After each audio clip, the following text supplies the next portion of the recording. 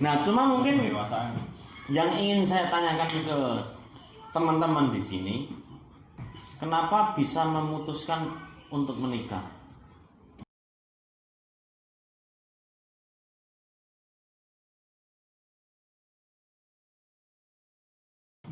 Mudah. Ya enggak mudah juga. Kenapa bisa memutuskan untuk menikah? Dalam arti memilih dia sebagai pasangan. Sukses. Ya. Saya dulu ya, saya dulu. Jadi gini, memutuskan untuk menikah. Saya dulu di umur 27, 28 itu masa-masa yang sangat guncang. Ya, dalam artian gini, saya sudah punya penghasilan, terus kemudian saya juga sudah hidup saya sudah alhamdulillah sudah agak tertata. Terus kemudian kan nikah itu kan ada apa itu namanya, ada yang sunnah, terus kemudian ada yang haram, ada yang wajib gitu. Saya pertimbangkan, saya belajar, saya dulu dalam agama, terus kemudian saya pertimbangkan saya termasuk kategori yang wajib nikah. Sehingga saya memutuskan untuk menikah di umur 28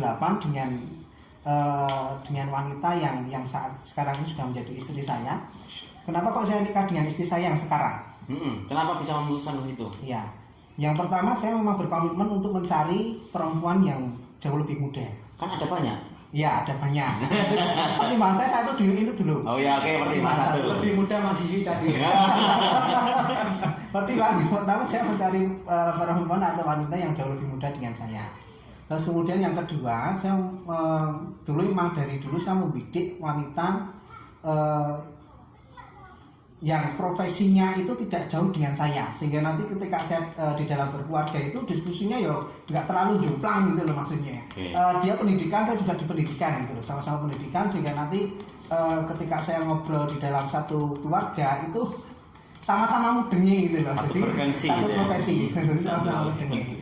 Jadi kalau misalnya saya tidak di luar dari profesi, mungkin ya saya nggak tahu kehidupan dia seperti apa, dia juga nggak tahu kehidupan saya seperti apa. Kalau pendidikan sama pendidikan kan saya bisa saling pantau gitu. Anu ya, protektif ya. Nanti nggak kita gitu. Terus kemudian yang ketiga itu yang jelas visual. Ini malah yang ketiga ya. Visualnya alhamdulillah sudah cantik, bagus. Dan tahu sendiri kan istri saya juga cantik. Visual. Luar biasa. Kalau saya punya tiga tak kasih kita. Ya karena semua kategori sudah masuk, saya sudah wajib, terus kemudian sudah jauh lebih muda dari saya, profesinya juga tidak jauh dengan saya, terus kemudian juga cantik, terus ya sudah, saya alhamdulillah terus memutuskan untuk menikah. Saya datangin langsung tanpa orang tua dulu. Saya ke rumah orang tuanya, kemudian ngobrol, nikah, langsung tentukan tanggal pada waktu itu langsung. Berarti tiga hal itu ya yang menjadi poin penting. Ya, poin pentingnya tiga itu. Yang lain? Oke. Monggo, Pak Irfan. Ya. Saya alasan mengapa menikah, yang pertama memang kalau saya tentang menikah saya sudah paham kan, karena juga kebetulan saya di S1 juga dan juga S2 sama ini tentang hukum keluarga, jadi seputar Ahli keluarga beliau. Bisa konsultasi. Konsultan keluarga ya, konsultan. Nah, terus yang kedua, ya mengapa nggak tahu, sebenarnya saya sejak SMA atau aliyah, terus kemudian S1 itu juga ada teman perempuan juga. Tapi mengapa saat itu betul saya tidak intinya pun belum punya pacar atau belum punya ketertarikan kepada perempuan yang dan istri sih, tapi kemudian ya dengan istri itu kok kemudian saya seolah-olah kok terpanggil begitu, magnet gitu. Ya sudah, harus saya amankan. Ya sudah, saya lihat juga ya, kalau ya bukan kemudian pakem Jawa ya, bibit, bebet dan bobot, enggak itu ya. Yang jelas saya yang penting pertama itu ya adalah bibitnya. Kebetulan ya dari keluarga yang bukan soal masalah bobot ya, tapi bibit keluarga memang bagus dan dianya juga bagus gitu ya. Akhirnya terus kemudian dengan saya ya sudah saya terima, terus kemudian bahkan justru istri yang meminta, Mas nikah ayo, ya sudah saya agresif juga istrinya ya gitu. Oke. Iya, tipe itu. Oke. Ada telepon dari menteri. Dari menteri ada telepon, jadi mungkin skip yang lain dulu. Kenapa? Kamu kan Ya. Kenapa memutuskan menikah dengan istrimu yang sekarang? Oke. menikah kenapa ya? Karena memang pertama ketika saya wisuda S1 ya, orang tua saya itu datang ke wisuda saya. Di sana mereka itu melihat sosok wanita, mengatakan pada saya, "Le, nek iso kowe iso nikah karo sing model ngono kae." Ya ditunjuk itu ternyata istri saya waktu itu ya. Oh. Kebetulan waktu itu istri saya masih dengan yang lainnya.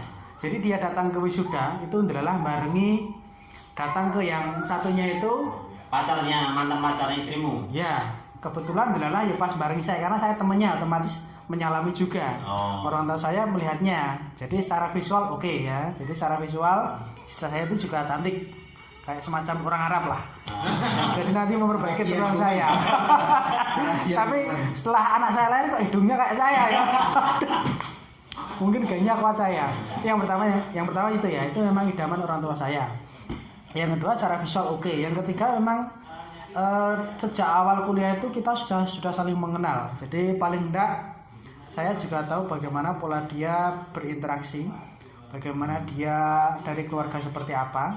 Kalau saya masih menganggap penting bibit bebet bobot ya, karena itu nanti sedikit banyak akan menyumbang terhadap keturunan kita selanjutnya. Nah itu penting juga. Jadi setelah saya timbang itu secara bibit bebet bobot oke, masuk. Yang ketiga secara pendidikan juga masuk oke. Itu ya sudah, karena alasan-alasan untuk menikah itu sebenarnya tidak perlu alasan yang khusus sebenarnya, tapi karena ada hal-hal yang mensupport kita untuk mensegerakan menikah, kenapa tidak? Ya sudah kita menikah saja. Kalau kamu, alasan yang logis. Alasan yang logis. Yang bisa dijelaskan. Ya, cinta kan nggak butuh. Taruh sini aja, nggak apa-apa. Kedengeran kok nanti. Sini aja. Cinta kan nggak butuh logika, bos. Ya kalau saya bingung menjelaskannya kenapa ya. Karena kalau mungkin sini, ya tadi sudah saya sampaikan apa? Sudah sekian lama mencoba sama, yuk tak ajak nikah itu nolak semua. Bahkan ada satu cewek saya ajak tunggu sampai 3 tahun nggak mau terus, saya ajak terus selama 3 tahun menolak terus gitu kan. Bahkan ada yang ditinggal nikah. Nah akhirnya kan ada keputusasaan di sana. Ya, terus tiba-tiba ketemu istri saya. Berarti pelarian. Mungkin saat itu pelarian, mungkin saat itu ya saya nggak tahu. Terus ibu saya bilang, "Pripon Bu ini ya?" Ternyata ditelusuri secara bapaknya istri saya itu, bapak saya kenal sama keluarganya. Oh, kok seolah-olah saya merasa alam ini mendukung gitu, semesta mendukung. Kayaknya ini kok prosesnya dipercepat lah. Saya punya feeling, insya Allah ini jodoh nih. Bismillah saya ke rumahnya, ternyata kok disepakati. Berarti lebih ya. Kalau keputusanmu tuh lebih Lebih ke arah mistis. spiritualitas ya. Spiritual, enggak spiritual sih, nggak tahu ya. Kayak gitu ya. Jadi nggak tahu karena delala istri saya itu tipikal cewek yang berbeda sama sebelum-sebelumnya. Biasanya tipikal cewek kan nggak mau kan nolak, menghindar, dia malah nantang gitu. Nek mau ya ke rumah gitu.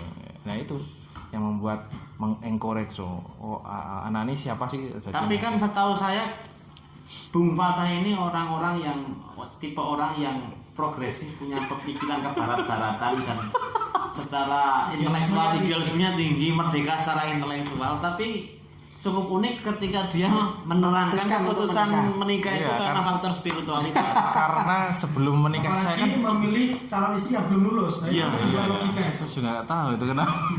Waktu 26 itu kan saya habis pencarian Bung. Jadi kan saya sudah dengan berbagai macam jenis cewek ya, aktivis rata-rata, dan saya sering diskusi itu juga ada yang dari anak yang sekarang sudah di Jakarta, ada di mana-mana dan semuanya itu gagal dan katanya diskusi kok apa ya sama-sama progresif akhirnya ini loh apa jenenge tabrakan akhirnya ngeyel-ngeyelan. Nah, saya tuh berada pada titik wah ini kita di bojoku ayel-ayelan nggak gathok no. Akhirnya saya memutuskan sebuah saat itu kayak mengambil kesimpulan saya. Jadi sekian lama perjalanan akhirnya seperti ini loh nanti aku perjalanannya seperti apa ke depannya membangun keluarga seperti ini. Jebret seperti itu.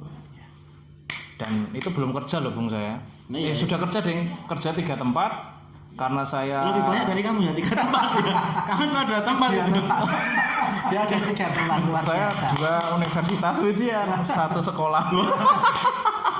Pendidik sekali ini. Enggak, cuman saya resign karena fokus ke tesis kan. Karena saya telat 1 semester.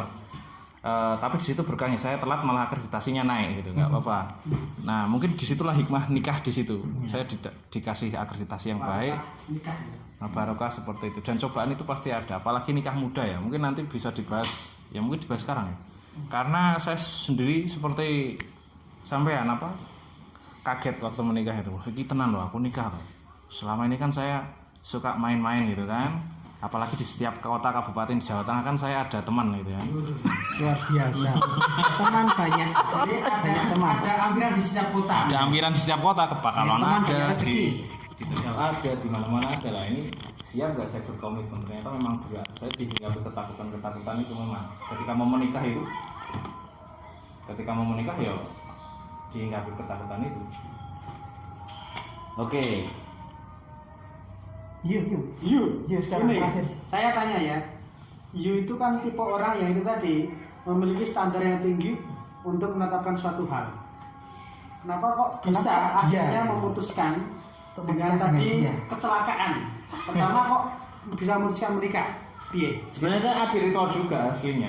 kalau saya cuma ada 3 hal penting yang harus dipenuhi oleh pasangan. Satu apa? Kalau Satu. mungkin kan kebanyakan di beda ya Bobot ya. Hmm. Kalau saya itu 3 hal penting. Yang pertama adalah religiusitas. Ya. Secara agama harus sama, Ya. secara ibadah harus sama. Jadi supaya tidak ada dusta lah, misalkan aku biasanya perjalanan jauh aku jamak gitu ya nggak diprotes gitu loh.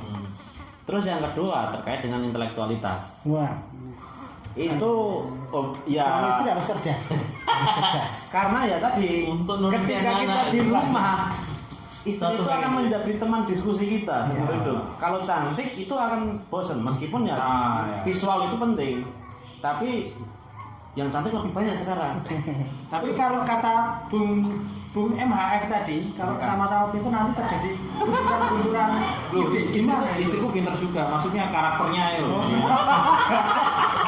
Cuma tapi kalau saya malah lebih senang benturan-benturan seperti itu. Jadi saya sering berdebat terkait apapun lah dengan istri itu nggak masalah dan kami saling menerima. Karena perbedaan keilmuan juga itu kan mempengaruhi pandangan. Ya, jadi dinamis ya. Dinamis ya meskipun kadang ada emosi kalau saya gitu. Tapi ya udahlah karena itu konsekuensinya yang harus saya ambil Lebih ketika banyak emosinya atau enggak? yang terakhir itu masalah seksualitas. Iya. Dalam arti ya secara visual, secara fisik dan hal-hal yang Itu bersifat memenuhi seksualitasnya. duniawi lah, bersifat duniawi itu harus terpenuhi. Jadi ada sebelumnya saya punya orang dekat, Tapi tidak bisa memenuhi. tapi ada faktor yang tidak memenuhi dalam hal kalau bagi saya ya intelektualitasnya masih kurang. Jadi misalkan saya ada masalah terkait dengan suatu hal, saya ngajak diskusi, cuma dibilang sabar.